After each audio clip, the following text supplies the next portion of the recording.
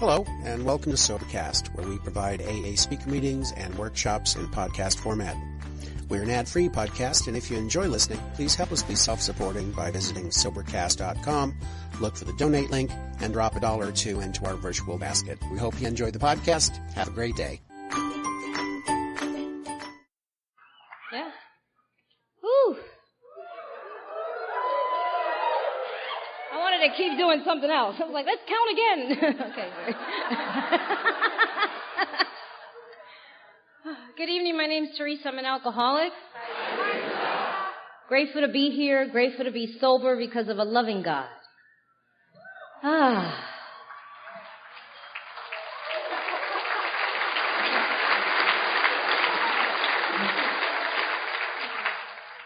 There's a lot of people in here. Okay.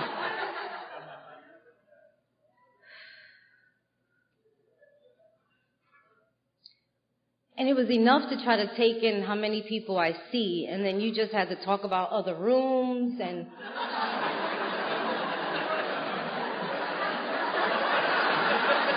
You know what I mean? This is really nerve-wracking. I always like to get this out of the way first before I even thank anybody, because this is what stands in the way of my usefulness to you. And it's my uncomfortability. I never thought that my experience can benefit others. I don't ever remember sitting out there, I can't wait to get up to this podium and talk to all these people. So it's just really uncomfortable. I find it to be extremely intimidating, and I'm very vulnerable. And even though people tend to give me advice, and I say it's their opinion, but they tend to tell me it's not a big deal, it's just a bunch of drunks, and I'm like the most judgmental, critical people. That doesn't make it any better, trust me. We're the worst crowd, you know what I'm saying?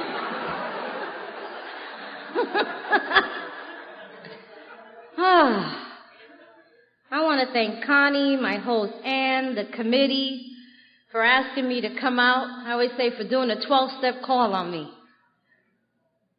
Helping me to stay sober another day. I always think it's funny when they call you a couple of years beforehand. Right, that was a couple of years ago Connie called me. Somebody called me just the other day for the 2015. And it's always funny when they do call me, I don't make them feel any better of their choice, because I tend to go, you AA people can mess up a girl's drinking. You mean to tell me I gotta stay sober to 2015? I thought it was a one-day-at-a-time thing, man. Well, there goes my glass of wine tomorrow.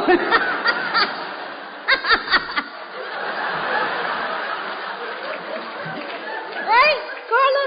You've been hoping, right? I gotta speak, and I have too much pride to drink, right? So I gotta stay sober to 2015. That's what I'm saying. I don't want nobody to say, did you hear our speaker? She went out. You know what I mean? So I'm gonna keep coming back. So that's why I say thank you for doing a 12-step call on me. God has a sense of humor. He really, really does. He tends to find the things that I'm most uncomfortable with to do. And I do believe that for whatever reason, God knows that if I don't keep sharing it, I'll forget it. If I don't give it away, I won't be able to keep it. I'm a real sick alcoholic. If you leave me on the couch too long, I'm one of those that'd be like, we're all gonna die. What's the point anyway? You know, it's real scary. So I gotta do a lot of service work. Oh my goodness. There's a flood of people. Okay. I always be like, all right, God, anytime now. I'm just stalling here. This is your gig.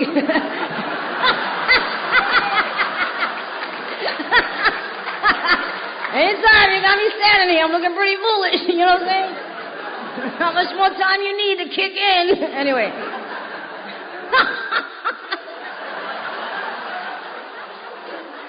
Oh my goodness, what an honor. Gopher State. This is my first time here, so thank you so much.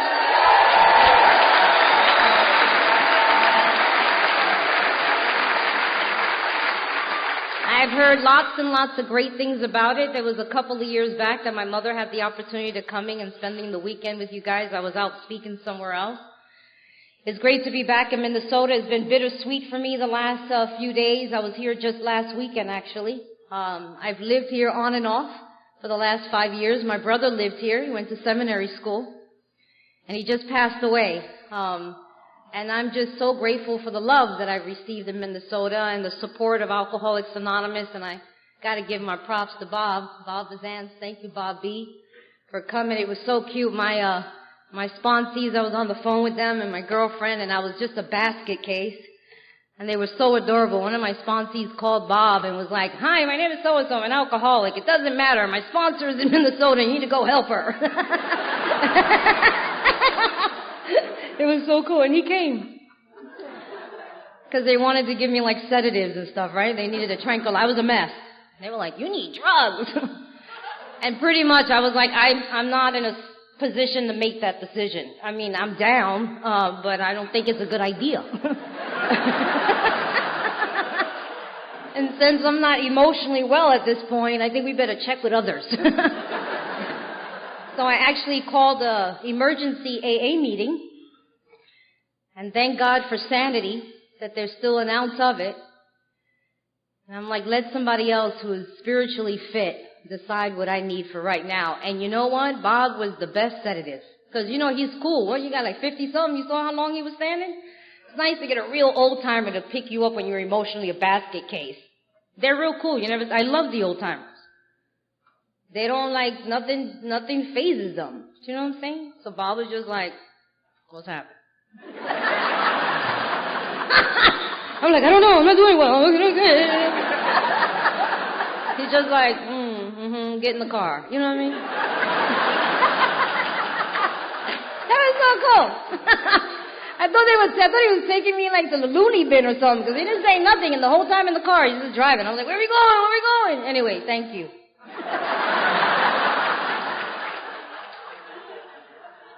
That was so right on time.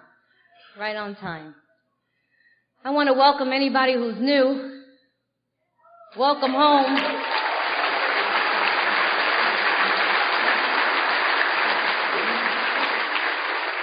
We've been praying for you.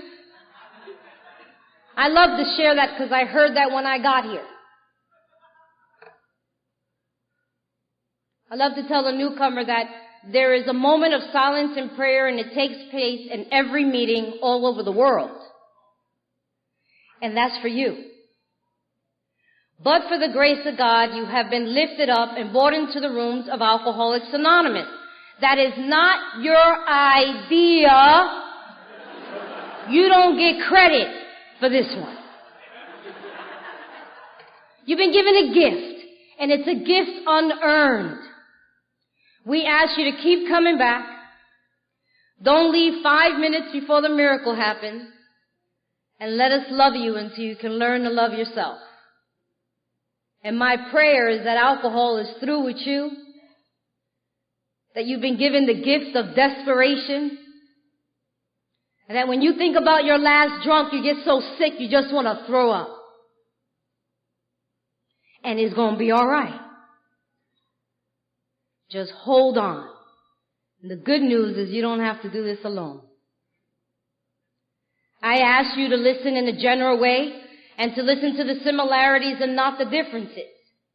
And as I share what it was like, what happened, and what it's like now, you get to ask yourself some questions like, that happened to me. I felt that way too. And more importantly, perhaps this program can work for me. Sometimes before I share, depending on where I'm at, but this is a pretty big place, but I tend to do a disclaimer, and my disclaimer is a little different.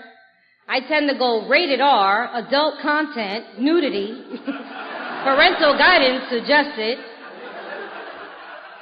And whenever I don't do that, there's always somebody afterwards who tells me I should have, because it was a bit much for them.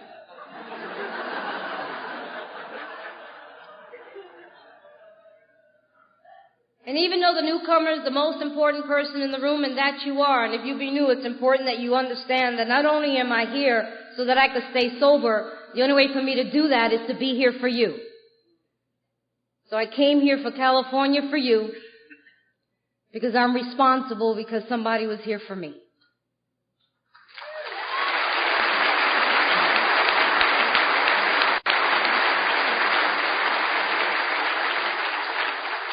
But as we acknowledge all those who stood up, the old-timers, I always like to acknowledge the old-timers. I want to thank you for my life and my sobriety. I still want what you have, and I never want to lose that. Never. I don't know where I would be if it wasn't for the old-timers. We would be a mess. We're already a mess. I watch them. I still watch you. I watch you show up at the same meeting, sit in your favorite seat, your seat, that's your seat. Everybody knows that's your seat. Even if somebody sits in it by mistake, they're just not comfortable. They can't get comfortable. Something about that seat.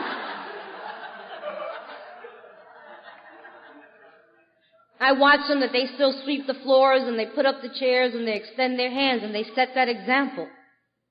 And you let me know that I too can recover one day at a time. I love the old-timers in my home group, and many of them have passed on to the big meeting in the sky. And it's my responsibility to carry the same message that they carried to me. If you be new, you'll notice the old-timers, they're usually the most quiet person in the room. I always like to identify them like Confucius or the guy from the movie Kung Fu. It's kind of an old movie, but Kung Fu guy used to walk around, his master teacher, and he'd be like, take the coin from my hand, grasshopper. You know that guy?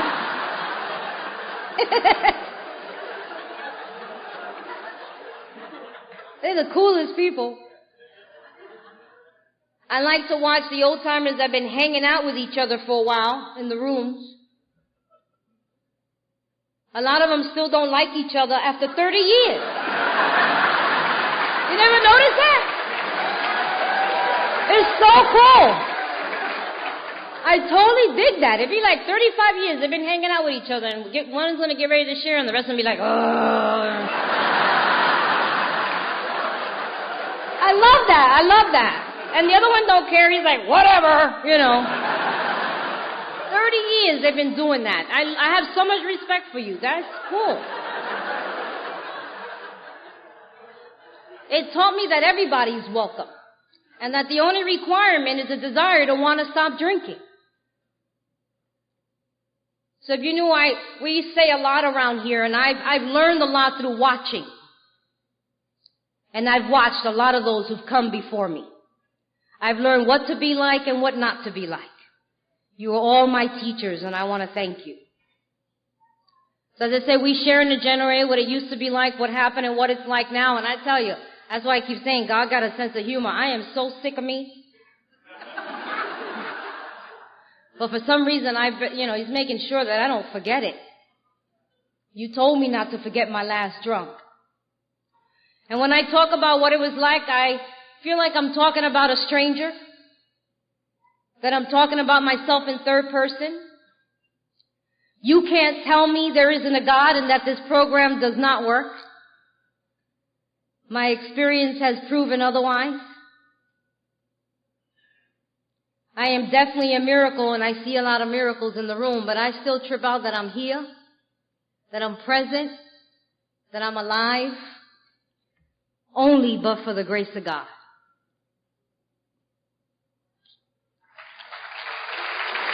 Only but for the grace of God.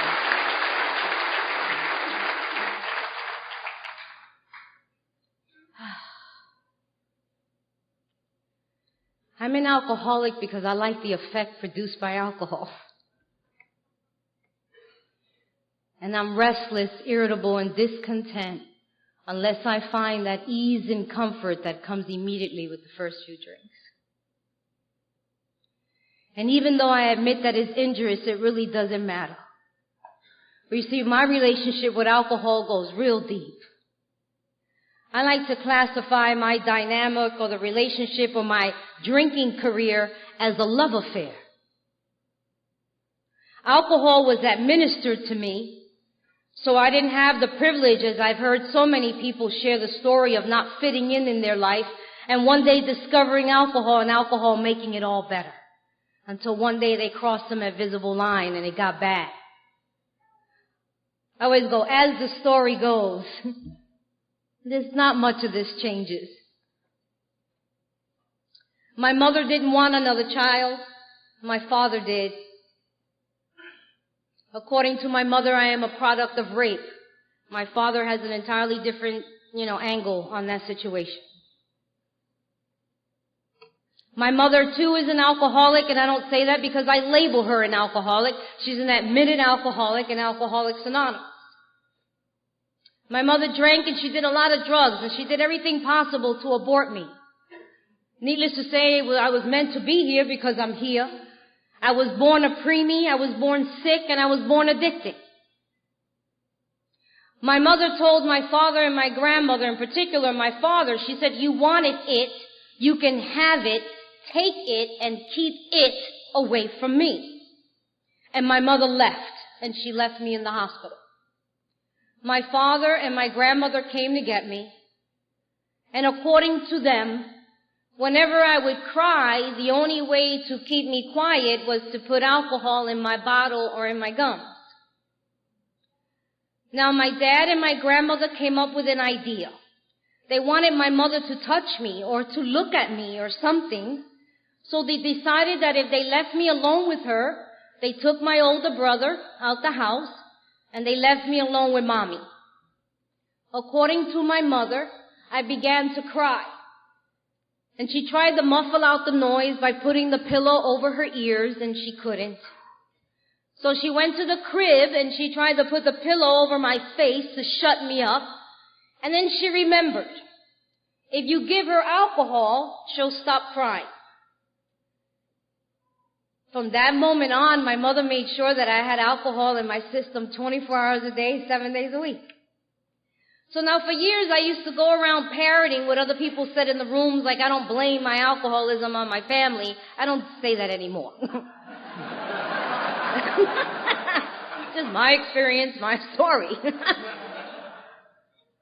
I don't ever remember making a conscious choice to drink. I love the diversity in the rooms. Somebody asked me that once. When did you make a conscious choice to drink? I don't remember. I don't think I ever did. How could I possibly? I drank 24 hours a day, all day long, 7 days a week. I wasn't really given any food. If there was food for us to get, my brother and I would go to neighbors, and my mother was drinking and partying. I'm an adult child of an alcoholic. I grew up in an alcoholic home. Now, does that make me alcoholic? No. That's what I started out by saying. I'm an alcoholic because I like the effects produced by alcohol. Maybe I could have grown up to be different. I don't know. But I just know that alcohol was given to me. It was very dysfunctional, and I learned that here. I didn't know that my family life was dysfunctional. That was my family. There was a lot of drugs. There was a lot of alcohol. I have uncles that are heroin addicts. They were always nodding out. I wasn't embarrassed about them. If you know any heroin addicts, they're telling a story and they nod out and they wake up and finish right where they left off. You know what I'm saying? It ain't all that bad. So I wasn't embarrassed. You know what I'm saying? My friends were like, what's up with your uncle? I'm like, he'll be fine. He'll be back in a minute. Just hold on. He'll finish. He's cool. There was a lot of drama going on, a lot of chaos. I come from a lot of abuse. Physical abuse. Get smacked, kicked, punched, spit on. Verbal abuse, I'm stupid, you're an idiot, you're ugly, you're nothing, you're nobody. Get out of my face, you don't deserve to be here, you need to die, you disgust me. That's the language I understood. Sexual abuse. I lost my virginity around 5. Men and women took turns. Now, it was family members, it was neighbors, it was people down the block. I don't know if I was sold. Maybe one day you say more and more will be revealed. That'll come. I don't know. I just know it was a lot of people. There were a lot of strangers in and out of the house. One minute I could wake up and somebody was there. But the whole time I'm drinking. And I sipped my drinks. It was like drinking from a baby bottle. I didn't drink milk like we sip on water today, or the way you drink milk, or you call it pop. That's been fun since I've been here. I keep thinking something's about the pop. You want pop? I'm like, something's popping? What's happening? Anyway. Like, no, something to drink. I'm like, oh, okay, whatever. I get it. It's poppy, it's bubbly, okay.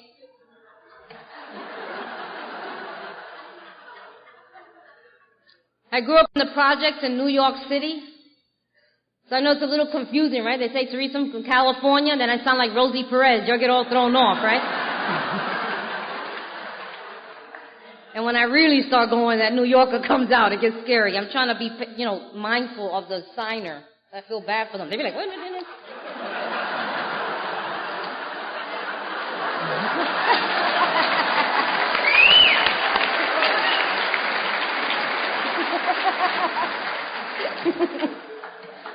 And sometimes I'm glad the interpreter is further away, because when they're right next to me, I really confuse, the hearing impaired. Because I'm a Latina, we talk a lot with our hands, so they don't know who to see. I'll be like, be throwing them off. So I'm glad he's all the way over there.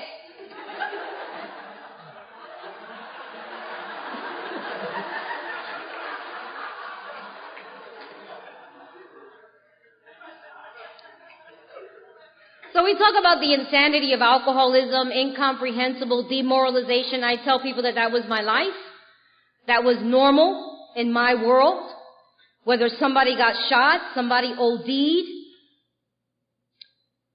That was normal. And what alcohol did for me is, I always tell people, I don't know if alcohol talked to you, but alcohol talked to me. And what alcohol told me was, if nobody loves you, I love you. If nobody wants you, I want you. I got your back. You don't have to worry about nothing and nobody. I'll always take care of you. It's you and me against the world. And that's how I live my life. I don't know about fear or feelings or emotions. I wasn't emotionally attached to anything or anybody. I tell people, as horrific as that sounds of coming from all this abuse and physical abuse and verbal and sexual, I wasn't present for that experience.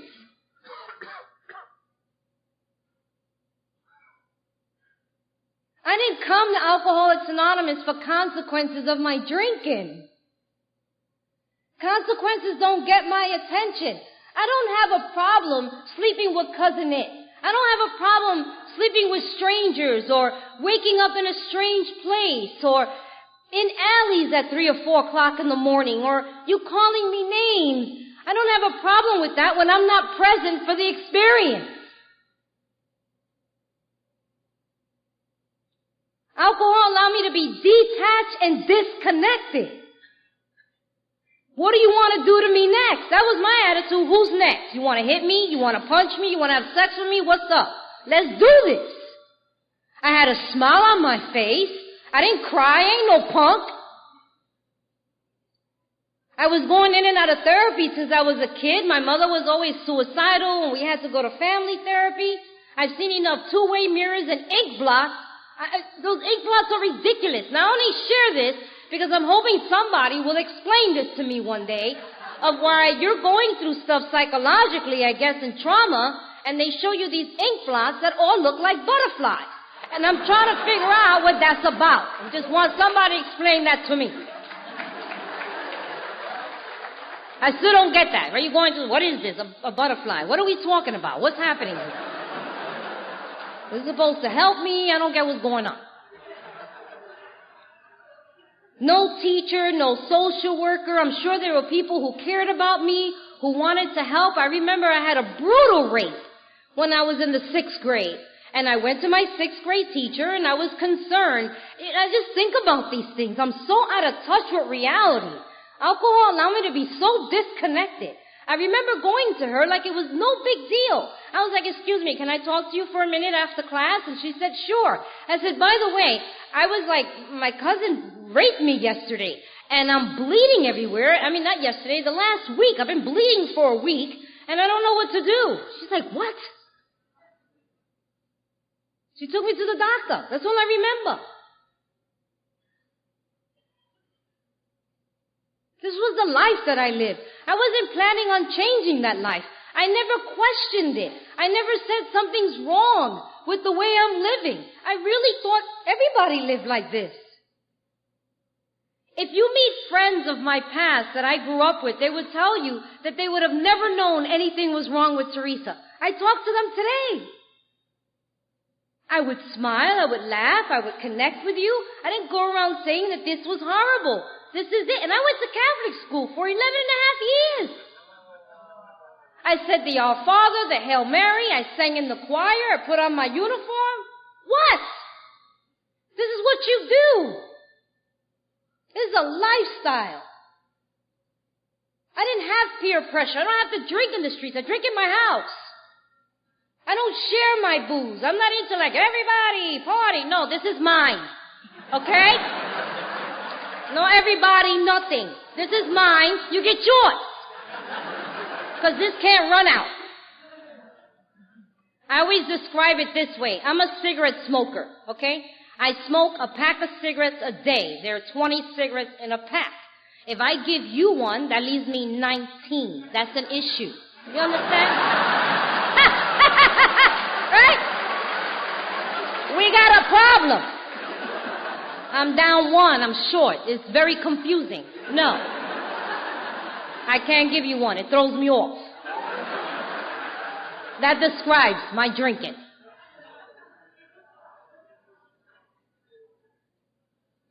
The truth of the matter is, from what I understand, even though my perception is warped, I didn't know that I was suffering from a spiritual malady. I didn't know I had an allergy of the body or the obsession of the mind. I didn't have that language.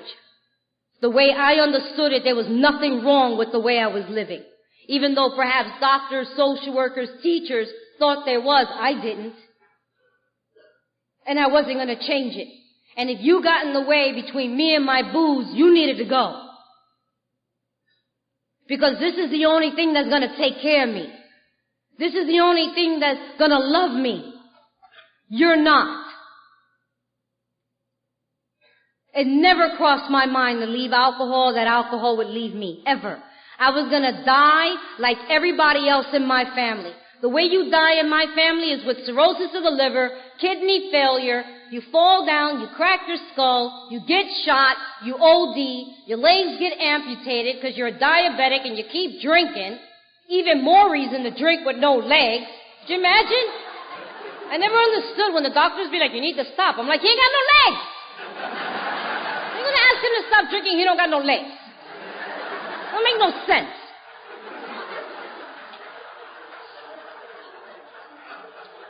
You know, it's kind of trippy. I talk about what it was like. You know, my family's still like that. When I go visit my family, I always say, I go to Puerto Rico, and when I show up, I buy my cousins a six-pack, I let them smoke a joint, and we get on the road. They can't drive no other way. I'm not going to ask them not to drink and drive. We'll have an accident. I can't tell them to do that. They've never driven sober. You know what I'm saying?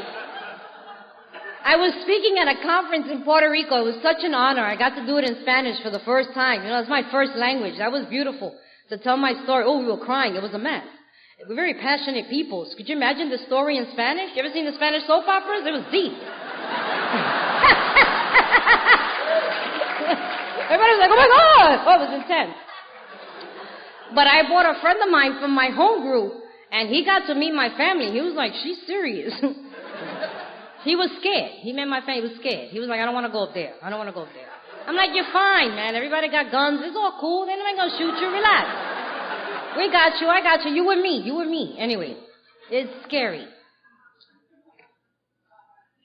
As I said, I wasn't planning on changing that relationship in the way that I lived, and there's a lot of horrific things that I went through. I ran off with strangers. I could have got killed many times. I've OD'd. I've been in and out of hospitals. That the people in the hospital were tired of seeing me. They would always say, oh, her again, put her in the corner. I was always malnourished. I didn't learn about the 4 food groups until I came to Alcoholics Anonymous. I didn't eat food. And I was planning on dying like everybody else. In my family, when a baby's born, we cry, and when you die, we celebrate. So what ended up happening to me? You know, I still trip out on how I ended up in Alcoholics Anonymous. I wasn't planning on coming here. That was not the plan. I wasn't like, oh, you know, I think I drank a lot. I ran my car into a tree. I woke up with a stranger. Perhaps I need to go to Alcoholics Anonymous. I crack up when people tell me that, yeah, I was drinking a lot. I came to AA. I'd be like, really? That's deep. Right? That's very impressive. You just came like that? You sure you're an alcoholic? Because we don't really do things like that. That's not normal. You know what I'm saying? For an alcoholic. That's usually a normal person thinks like that. But whatever. I'll keep coming back. I hear you. It's all good.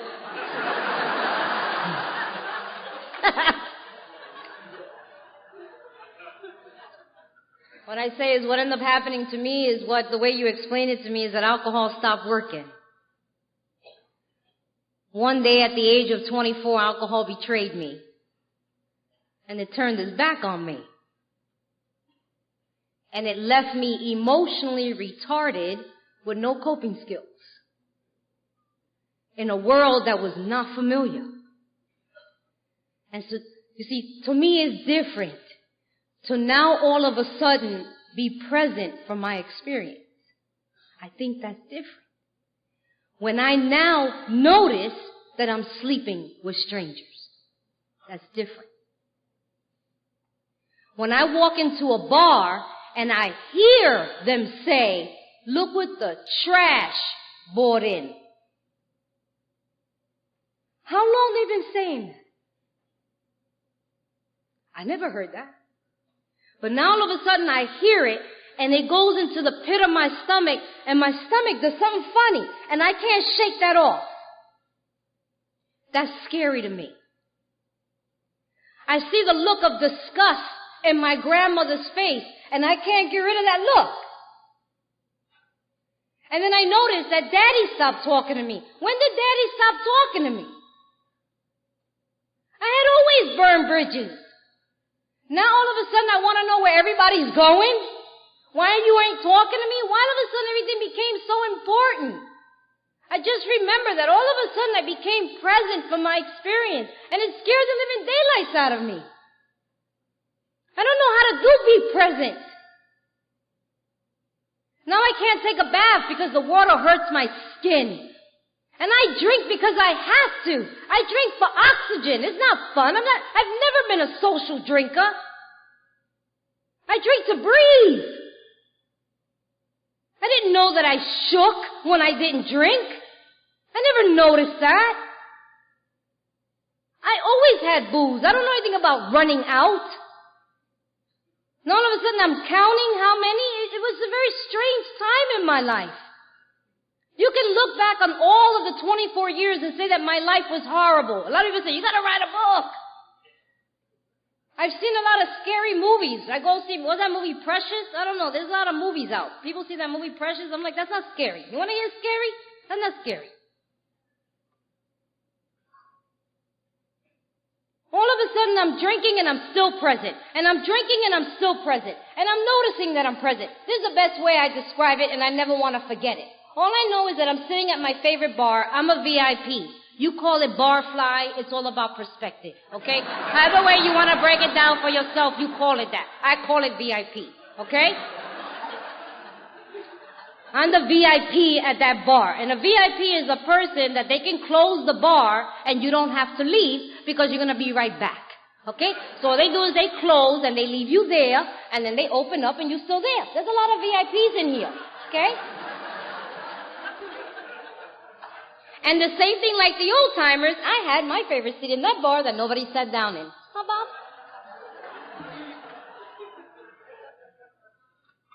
And all I know is that I was sitting in my bar, my seat, and I took a drink and I looked at you and you were still ugly. And that kind of tripped me out a little bit. Okay? And I turned around and I took another drink. You know what I'm saying? Because I was wondering what was going on there. And I turned back around and you were still ugly. And now that started freaking me out. Because you should have transformed by now. Because that's usually how that goes. You understand? And that scared me. And then I took another drink, and not only were you still ugly, I still went home with you. And that's when I knew we had a problem. Yo, that's a problem. You know what I mean? That's a problem. And that's scary. Now I couldn't change my condition. I couldn't change my situation. I don't know how to live any other way. This is the only thing that I know. What am I to do? My best friend, my lover, my companion just betrayed me. It stopped working for me. What am I supposed to do? I am emotionally retarded. I got no coping skills. Where is a drunk like me supposed to go? What am I supposed to do? I got no point of reference. The only thing left for me was to call death into my life. And to me, it's a cold thing when you invite death into your life and death don't take you out. What's up with that?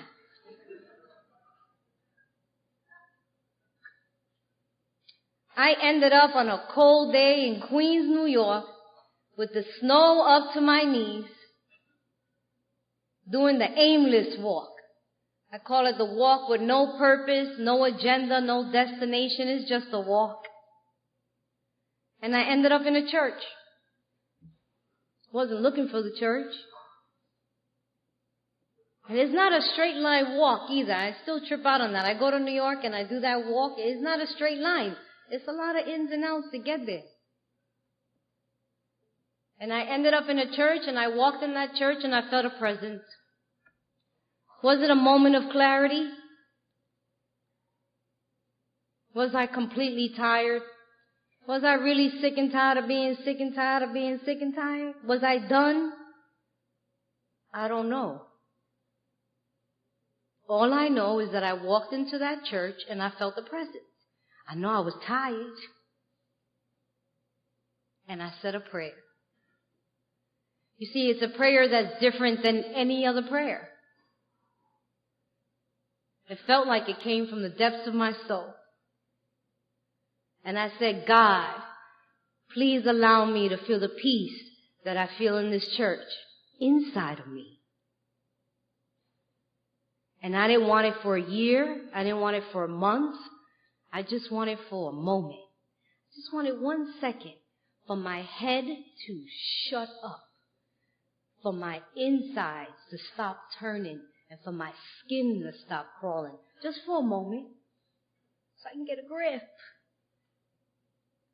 I had no idea that that prayer was going to change my life. None. I'm still tripping out.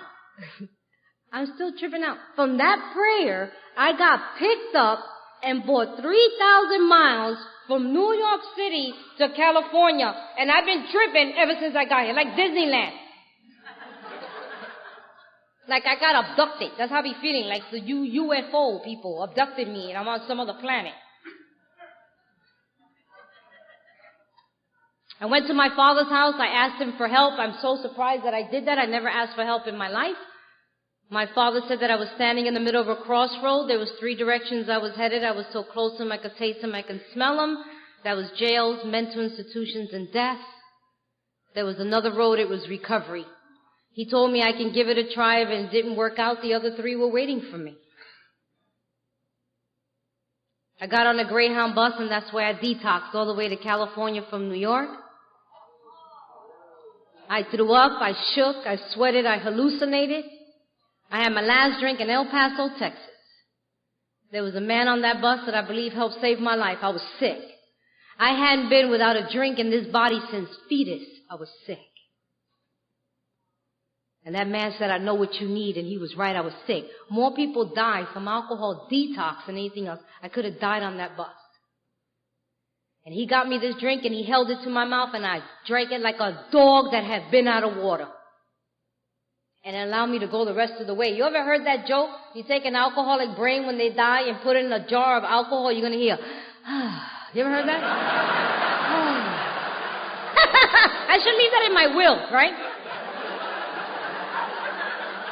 I'm going to put that in the will, make everybody do it. Put it in there, and I want you to listen.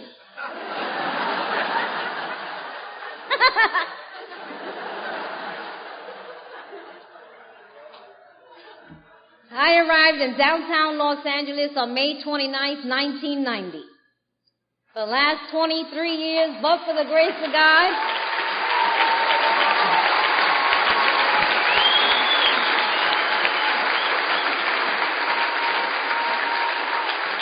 that's my sobriety date. If you be new, there are some first-timers around here. This is my first time in the program. I like seeing newcomers outside in conferences. They're so cute. They're like, this is my first time. I'd be like, mine too. They'd be like, really? How long you been here? I'd be like, 23 years. They'd be like, what? This is my first time. My mother picked me up. I was wearing a size 1 pair of pants with 2 pants underneath. I had a huge sweatshirt, 4 months pregnant, with a dead baby in my belly. Didn't have a heartbeat by the time I got there. I've lost 4 children.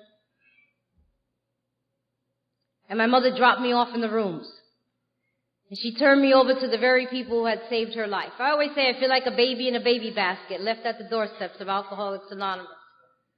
It was the old-timers who picked up that basket and spoon-fed me and nursed me and loved me. I needed to learn a whole new way of life when I got here. Talk about getting rid of old ideas. My perception was completely warped. I definitely couldn't differentiate the true from the false. My reality was so distorted. I didn't know how to feel. I didn't know how to think. I didn't know how to live without alcohol. And you had to teach me how to live all over again. I've been on a journey the last 23 years. They gave me a sponsor. They told me to sit down and shut up and listen, and they just spoon-fed me, and they loved me in a way that was so different. We were talking about it during dinner. It was different. They had to teach me how to love myself, and I always say I learned the traditions long before I learned the steps. I love the traditions of Alcoholics Anonymous. I'm a member because I say I am. You can't throw me out. You don't understand. A girl like me, how important that is. It don't matter if I'm Latina, I'm Puerto Rican, I'm black, I'm short, I'm tall, money, no money. That's none of your business. The only thing that matters is that I have a desire. And I'm a member. And I have a seat. You should have seen me my first year. Ask him. I was like, I'm a member. You can't throw me out. I don't like you either. Okay?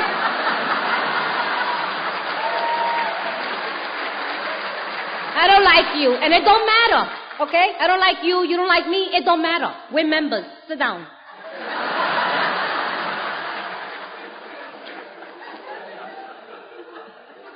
I used to go around telling people that. I don't like you, you don't like me, but you have to help me because I'm a member of Alcoholics Anonymous. I'll tell you, this is funny. I used to tell this story a lot, but it just gives you a good description. I went to a meeting and I thought it was KKK, all right?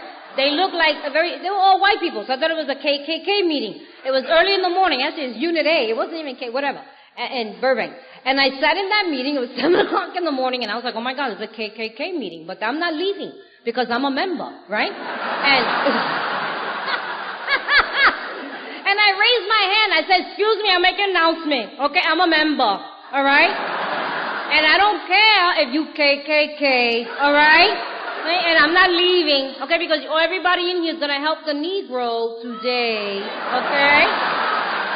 It was so funny. I started going to that meeting a lot, right? In the Valley, it was just, they were like, we're not KKK. I'm like, I'm just saying. As long as I don't see no rope going around no tree, I'm not going nowhere. I was a mess when I was new. Anyway.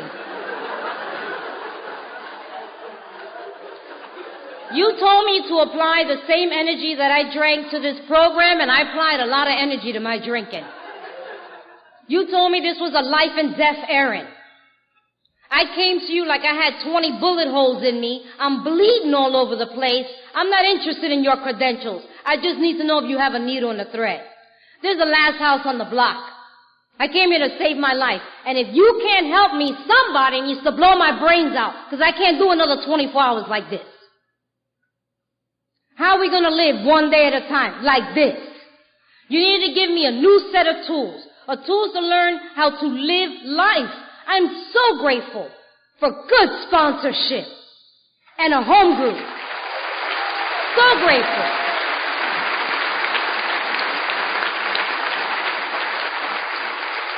We weren't looking to be buddies. They weren't worrying about hurting my feelings.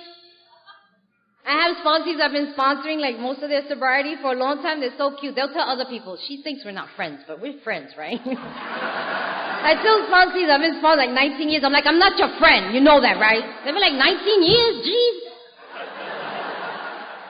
But it was important that I had somebody that was neutral, who didn't co-sign my nonsense.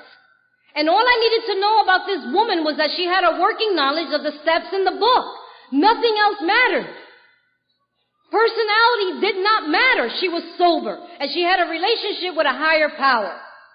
They used to say, some are sicker than most, some are sicker than others, and you are sicker than them all. That's what they used to tell me. Every time I would talk about how strange somebody was in the rooms, they would be like, when you got one finger pointing at somebody, you got three pointing back at you. So I couldn't even talk about other people. After a while, I got so tired of looking about the negativity about myself, I started finding the good things in others. I'm like, you got nice eyes. I don't know, something. You have to have something nice because I'm sick of talking about myself negatively. They immediately put me into service and sweeping the floors and picking up the chairs, and the foundation that I was given when I got here. It's the foundation that I've been living on the last 23 years. I love the simplicity of this program. I used to hear it's a simple program for complicated people. They used to say, keep it simple, stupid. Everybody's so sensitive today. Keep it simple, stupid. They used to call us stupid. I'm grateful that they let me sit around and process and dialogue. The old timers used to tell me, what step have you gotten to? And if I say anything before 10, they're like, I can't talk to you. Sanity does not return until step 10. We're not having a conversation. This is an insane conversation. Until you get to 10, sanity has not returned yet. So we're not going to talk about anything other than what you should be doing in that step.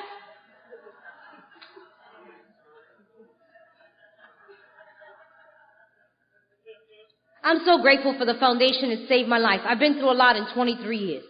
I've had jobs. I've lost jobs. I tell you, I got sponsees today that stay sober just to see me get through the day. I asked them. They were like, I'm not drinking today because I'm going to see what she is going through. They come to my house, they pull up with an apple and a sandwich and sit back and watch like it's a movie. It's hysterical. I've been through some stuff. Ask Kim. I live with her. Been living with her the last 23 years. Let me tell you. Talk about willing to go to any lengths. I've had to learn how to feel here. I've had to learn how to live life on life terms. But the only way to do that is through the steps. I mean, thank God, I say good sponsorship, that my sponsor told me that those steps were not homework. They weren't an essay. That the program was outlined in the big book of Alcoholics Anonymous. That was the blueprints for life.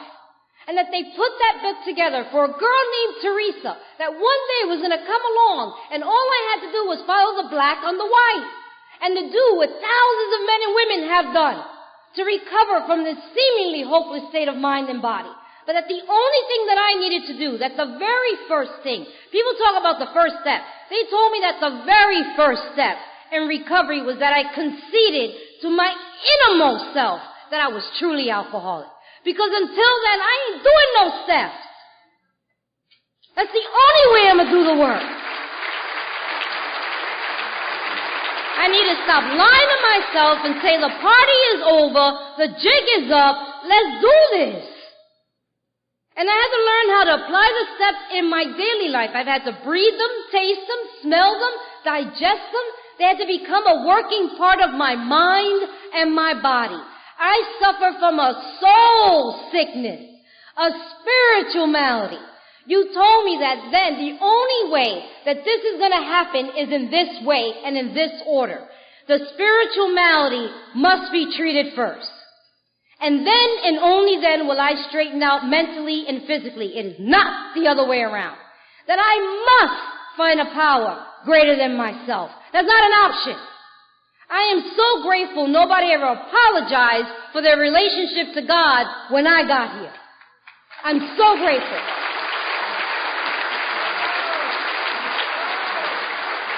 They told me you must find a power greater than yourself. The only thing you need to know is that you ain't it. That's all you need to know. that there is one. And where do I find this power? You gave me a hint. If you be new, it ain't that deep. They say deep down inside every man, woman, and child is the fundamental idea of God. There's one place I need to go that I never thought of going, and that was inside of me. You told me it was an inside job. And then I needed a clean house. The old time used to tell me, Theresa, you got this beautiful light inside of you. It's so beautiful. But we gotta get rid of the garbage so that you can shine. God don't make no junk. You deserve to be here. I had to learn that I was a child of God. And that so are you. And that I get to live this thing one day at a time. I put one hand in God and one hand in Alcoholics Anonymous. And I trust in that. I can no longer rely on booze. It's not doing it for me no more. So what else I got? I know I got another drink in me. I'm an alcoholic. Drinking will always be an option for a drunk like me. I got tons of excuses why I should be drinking. I can't even go through all the things that's happened in 23 years, but I'll tell you recently, my mother has Alzheimer's. My brother just passed away from doing a bone marrow transplant. It was the hardest thing I ever had to do. It was my only brother to put him on life support and take him off. That was horrible. But I did it, and I stayed sober, because that's what you told me to do. And I had to ask God to remove the selfishness and the self-seeking and the dishonesty and the fear, so that I can do what He will have me do rather than what Theresa wants to do. You taught me that. How uncomfortable and how painful. And it's a new experience, and I turn to you and I ask you, how do you get through that? I've heard many people share about death in these rooms, and they stayed sober, so I can too. But it hurts. I have many excuses to drink. The miracle is that despite every reason, every excuse, I don't. That's the miracle. Why don't I drink? Because I have tapped into a source of power that is doing for me what I cannot do for myself. I am a witness of that. Trips me out.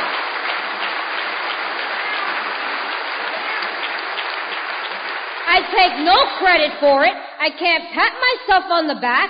I don't go, good job, Theresa. The only thing you ask me to do is to have an open mind, honesty, and a mustard seed of willingness. And I sit back and I become a witness to this power.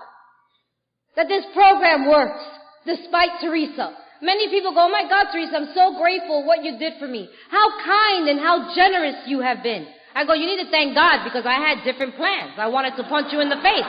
So I just tripped out on what I saw. I had a whole other plan and something else came out of my mouth. It's amazing.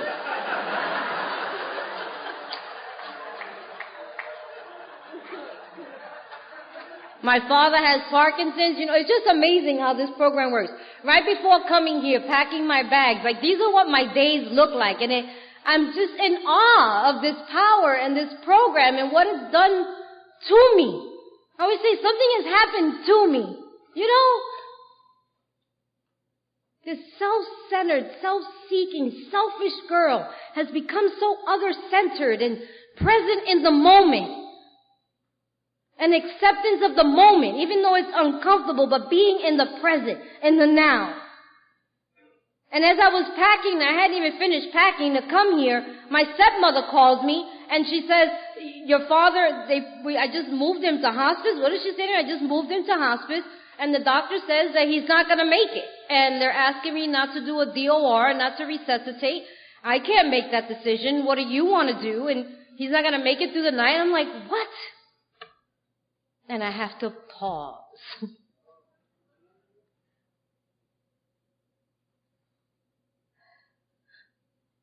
I just came from burying my brother, right? All I know is I'm on my way to Minnesota to speak at a conference and, okay, we're doing what now? All right, I would like us to do as much as we can for him.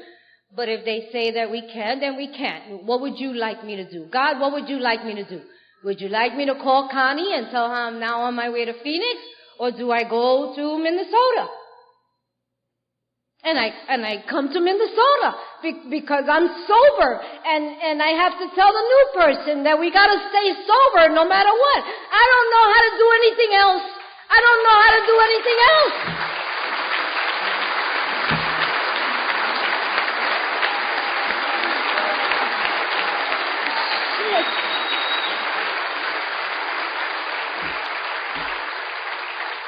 And I tell my stepmother, just call me and let me know, and we'll take it one moment at a time, one day at a time, I don't know. And I got here and I got on the plane, it's okay, and we talking, before I took off in the plane and when I landed, and he's in ICU, right now, and they're getting him breathing, and I don't know, I might get a call, I don't know, the phone could be ringing right now, I don't know. This is insane. But I'm sober, and I'm not thinking about drinking, and I'm thinking about you and how I could be. You told me, when all else fails, you work with another alcoholic. The only thing that ensures permanent sobriety is working with an alcoholic, and that's what I do. And if I gotta get on a plane and show up in Phoenix and be of service, I'll do that too. I love my father dearly. I don't want my father to go. I don't want him to go. I don't, but I'm not running anything. God is in charge. And so, what does Theresa do? I put one hand in God and one hand in Alcoholics Anonymous. I don't do this alone. And I tell you I'm uncomfortable. I get to cry around you. See, sobriety has given me so much more than putting the plug on the jug.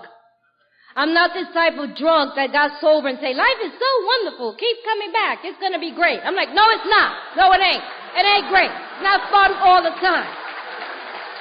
I'm not going to tell you that. That's not true. Life's in session. And it's serious out there, and it's going to go with you or without you. But we got some tools. And I stopped telling God. What was that saying? Stop telling God how big your storm is and start telling your storm how big your God is. And that's how I get to live today.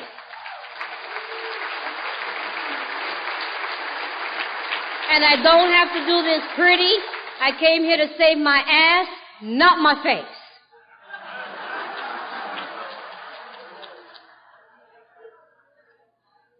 And it's been a journey. It's been nice to be back in Minnesota. I came here last weekend.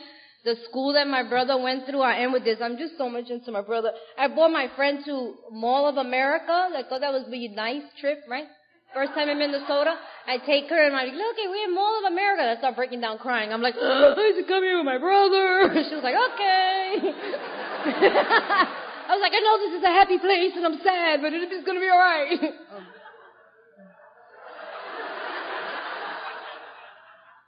But I came here last weekend. This is bittersweet. When you asked me to come and speak, I told my brother, and it would have been the first time that my brother would have heard me speak. And so he was going to come, anyway, he's in spirit, but it's different when it's physical. I get it. I just want a little, no, please don't give me your opinion afterwards. I can't take it. I can't. I don't mind experience, but opinions are like assholes. Everybody got one. It drives me crazy. It does. It drives me crazy. I know people come up to me, he's in a better place. Did I tell you I was worried about where he was at? You know what I'm saying? I don't remember saying that. It's me I'm concerned about. I know he's all right. But what I was saying that I thought was beautiful is my brother was here for 5 years studying really, really hard at the seminary and to be a pastor, and he died just a few months shy of his birthday and the graduation. And what an honor it was that they had myself and my nephews fly out, and they graduated my brother. They gave him the degree to my nephews.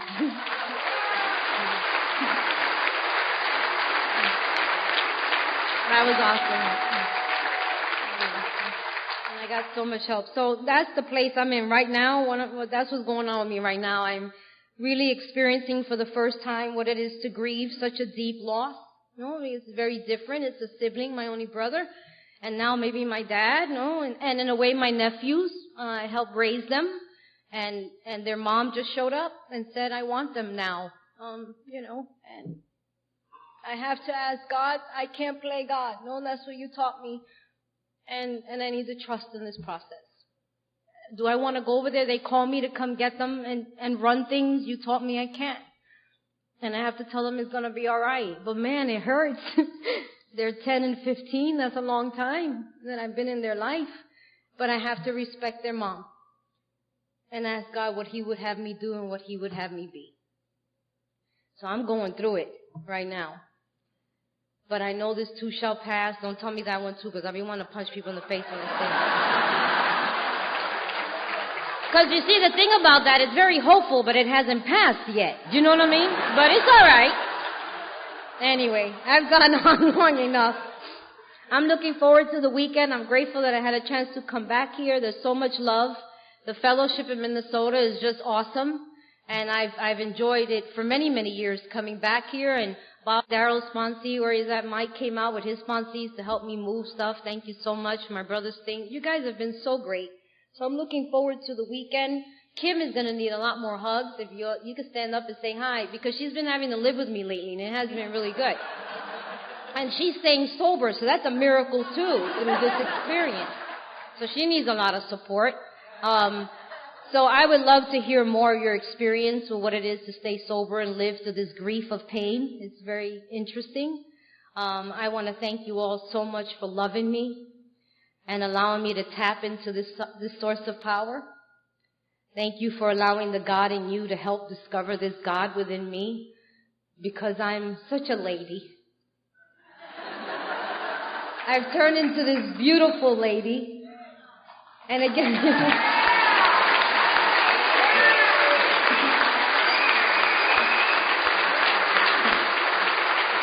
God gets all that credit, but I want to say quickly to the newcomer, I don't tell you if I can do it, you can do it. I think that's quite arrogant. What I tell you is if this power can take a girl like me who was worthless and nothing and lived a life that could be far worse than yours, and if this power can take a girl like me and pick me up and dust me off and build me up so you can see what He can do. That's why I say God's a show off. Could you imagine what He can do for you? So as I say, I know I got another drink in me, but for every fiber of my being tells me that if I take another drink, I don't have another recovery. For me to drink is to die. So I'm just going to keep coming back. Stay in the middle of unity, recovery, and service. Extend my hand to you, because of the theme of this weekend is I am responsible. You extended your hand to me, and you loved me so I can love myself. There is no way that I'm not going to be responsible to continue to do that for you. I want to thank you. If nobody told you they love you today, I really, really do. I want to thank you so much for the honor and the privilege of being here this weekend and having this experience despite me. I've been a mess. She's been very patient with me. You know, she has. I want to thank you all so much for being here. You have a wonderful weekend ahead of you, some great speakers, and if you didn't like what I had to say, no problem. There are a bunch of other speakers later. Just keep coming back. And again, thank you so much for allowing me.